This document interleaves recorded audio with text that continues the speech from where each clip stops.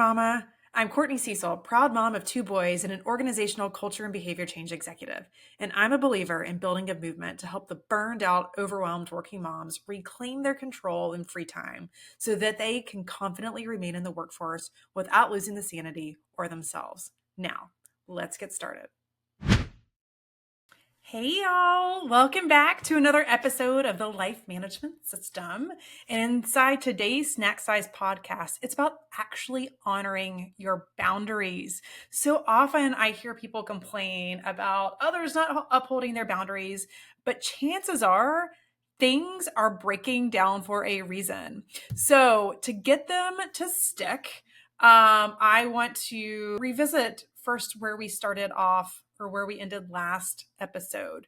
So in the last episode, I walked through the different types of boundaries and the type of things you need to think about to get them to stick. But where I ended is around being clear and specific with other people, because that when you are, that becomes a bit of a contract to help them know what they're agreeing to. And it's important to actually get their agreement. So that is one of the most fundamental things you need to do to actually honor your boundaries.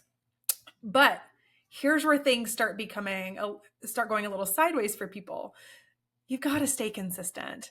And that is important with your kids, with your parents, with your boss, with your teammates, with yourself even.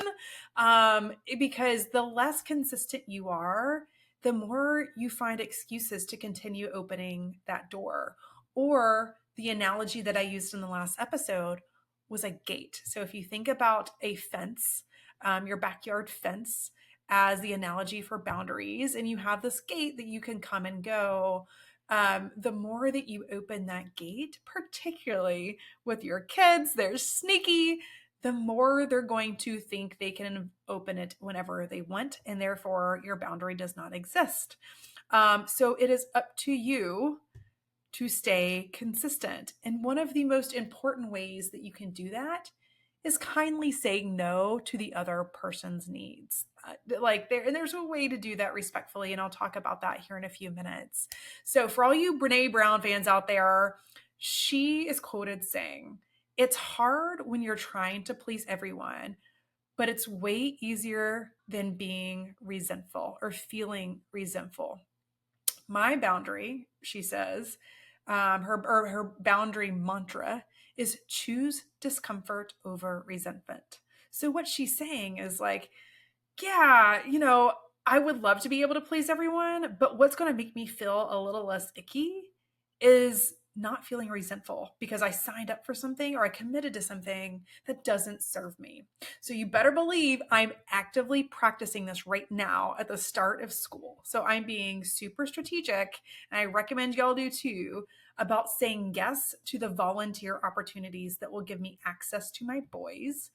And then I politely decline when other people are asking for things. When the PTA or whoever else is running to me with forms or to take on positions or whatever it may be, I've just got to say no, because your time is a limitless capacity. There is limitless time to go around, and you got to choose that strategically, or you got to give up your sleep. And let's be honest, we can't do that. That does not serve us well.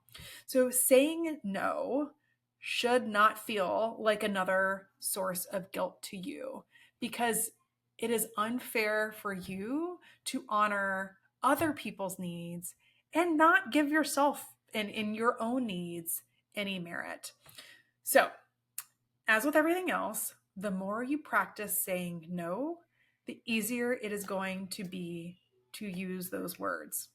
So let me play this out with an example. I was asked in the past week or two to be a guest lecturer for the department that I went to school in. I am a very proud Virginia Tech Hokie. I studied industrial and systems engineering. I am very involved in that department. I serve them both in financial investment and time investment.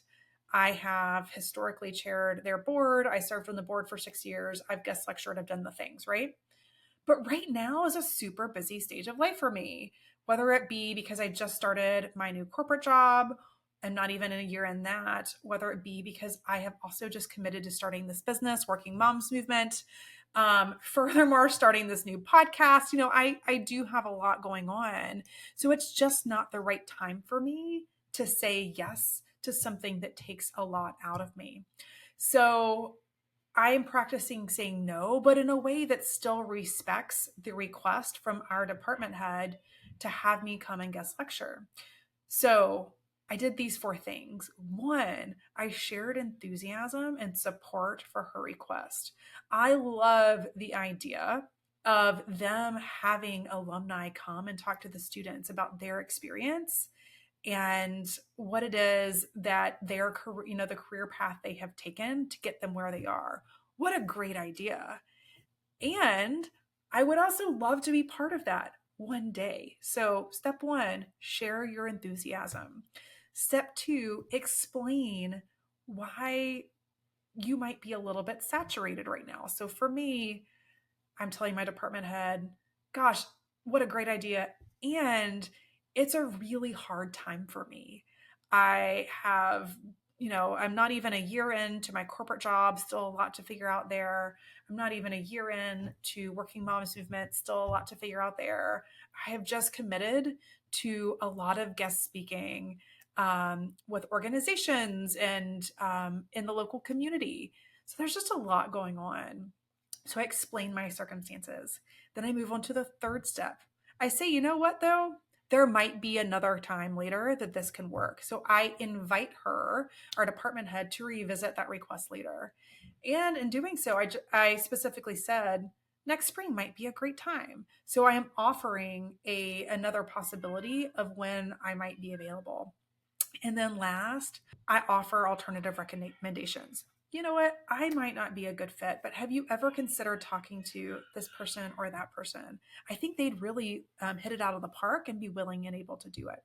So, again, if you need to say no, the four steps, you want to share enthusiasm for the request and how you relate to the idea, explain why it's not a great time for you, invite them to follow up later, and then offer alternative recommendations. So those four things.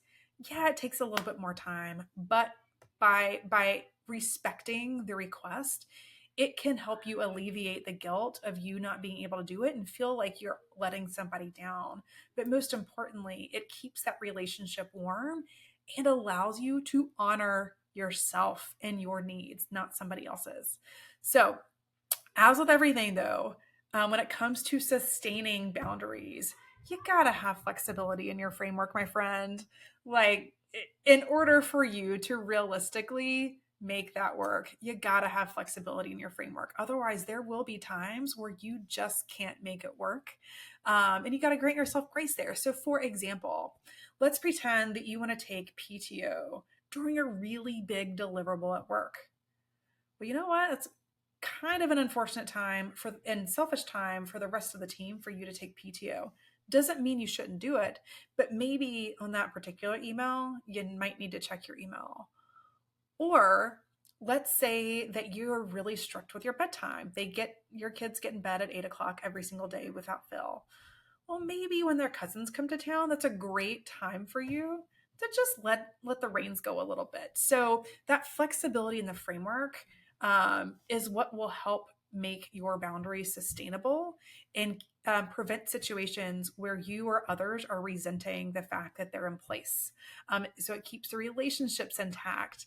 And it is also like, I'm a full believer in the teamwork makes the dream work mentality. So it is also a way of leaning in and being a quality team member, regardless if that team is at work or at home. So, last but not least, it goes without saying, respect others' boundaries as well, right? Like, as long as they're reasonable, meet them where they are. They're clearly asking and setting them in place for a reason. Try to honor those as well. And also try to invite others to share what they are, because the more you invite the conversation, the more and safer people feel engaging you and therefore honoring yours. Okay, so I think that's it for now.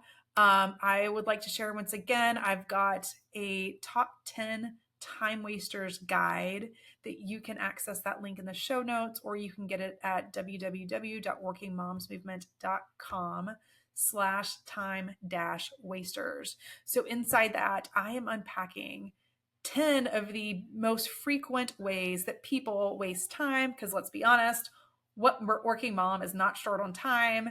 I would love for you to check that out. If you like what you're hearing, share this with a friend, subscribe to it, rate it and review us. That's going to help us grow. Most particularly at this stage too, if you know somebody that is going through a life transition, they are expecting or going back to maternity leave or just lost a family member or taking a new job, something of that nature, boundaries is such a relevant topic for them, and it's such a perfect time for them to be reevaluating their own. So would love if you share this with a girlfriend who might be going through one of those life stages. So until next time, friends, if nobody's told you lately, you're doing a great job. You've got this, mama.